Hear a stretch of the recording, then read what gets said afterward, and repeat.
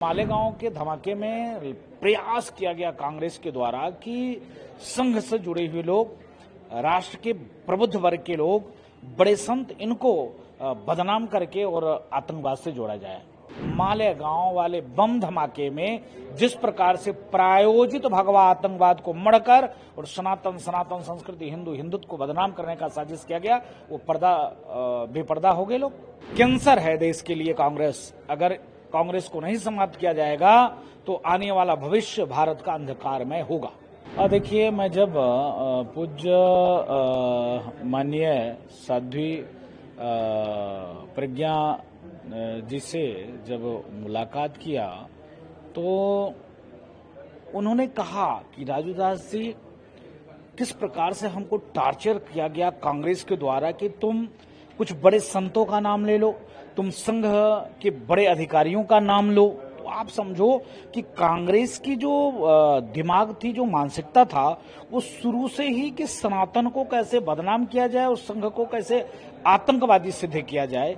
इसके नाते उस मालेगांव के धमाके में प्रयास किया गया कांग्रेस के द्वारा कि संघ से जुड़े हुए लोग, राष्ट्र के प्रबुद्ध वर्ग के लोग, बड़े संत, इनको बदनाम करके और आतंकवाद से जोड़ा जाए।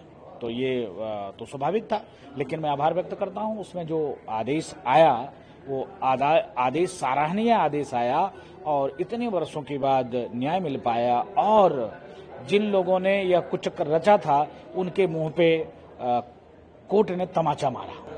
क्या लगता है कांग्रेस की दूषित मानसिकता का? नहीं, देखिए कांग्रेस की शुरू से ही दूषित मानसिकता रही है। अगर कांग्रेस की दूषित मानसिकता नहीं होती तो धर्म के आधार पर देश का बंटवारा, और उसके बावजूद भी देश में तमाम मंदिरों को सरकार ने एक्वायर करके रखा है। मंदिर के विरोध में 16-17 कानून बना के रखे हैं। किसी मदरसे, किसी चर्च, किसी गिरजाघर, किसी मस्जिद के खिलाफ ऐसा है नहीं है। आप देखो ना कि किस प्रकार से एक तरीके से उनको इतनी स्वतंत्रता। आप एक तरफ अल्पसंख्यक किसको कहा जाता है? जिसकी संख्या कम हो उसको अल्पसंख्यक कहा जाता है। आप देखो, इतनी बड़ी संख्या को जब आप अल्पसंख्यक कहोगे तो फिर कैसे कार्य चलेगा? तो अल्पसंख्यक का नाम देकर जिस प्रकार से राष्ट्र को तोड़ने का विधा कांग्रेस ने अपनाया है, दुर्भाग्यपूर्ण था। इसका प्रत्यक्ष उदाहरण आप लोगों ने देख लिया होगा। मालेगांव वाले बम धमाके में जिस प्रकार से प्रायोजित भगवा आतंकवाद को मढ़कर और सनातन संस्कृति, हिंदुत्व को बदनाम करने का साजिश किया गया, वो बेपर्दा हो गए लोग और आपके सामने दूध का दूध, पानी का पानी हो गया।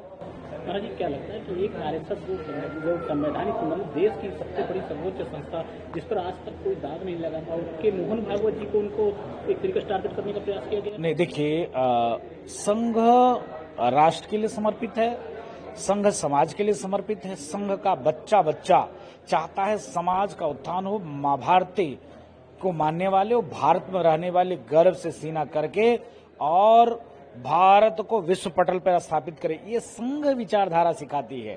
कांग्रेस की विचारधारा क्या था कि मालेगांव के मामले में संघ प्रमुख को भी लाया जाए, जिससे पूरे दुनिया में संघ की भी बदनामी हो, और कांग्रेस ये चाह रही थी। लेकिन मैं आभार व्यक्त करता हूं, जिन लोगों को पूछताछ के नाम पे बुलाया गया और उनको बंद कर दिया गया, टॉर्चर दिया गया, यातनाएं दिया गया। अब मैं जब सुनता हूं आंसू आ जाता है। प्रज्ञा ठाकुर को जब मैं सुनता हूं तो आंसू आ जाता है कि उस बहन की जीवन को बर्बाद कांग्रेसियों ने कर दिया, और इस प्रकार से बर्बाद किया कि आज क्या स्थिति है आप देख सकते हो। तो कांग्रेस की मानसिकता बहुत गंदी है। अगर कैंसर है देश के लिए कांग्रेस, अगर कांग्रेस को नहीं समाप्त किया जाएगा तो आने वाला भविष्य भारत का अंधकारमय होगा।